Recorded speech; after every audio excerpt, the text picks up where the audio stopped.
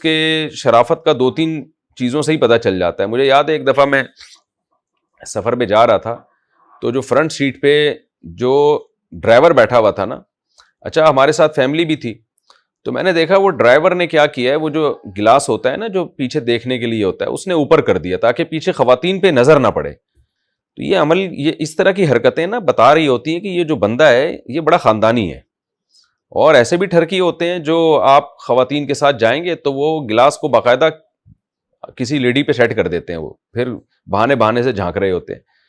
تو مردوں کے شریف ہونے یا برے ہونے کا 2 منٹ میں پتہ چل جاتا ہے.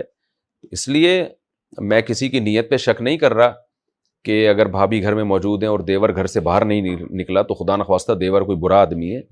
کسی پر الزام لگانا, بدگمانی کرنا یہ شریعت میں جائز نہیں ہے.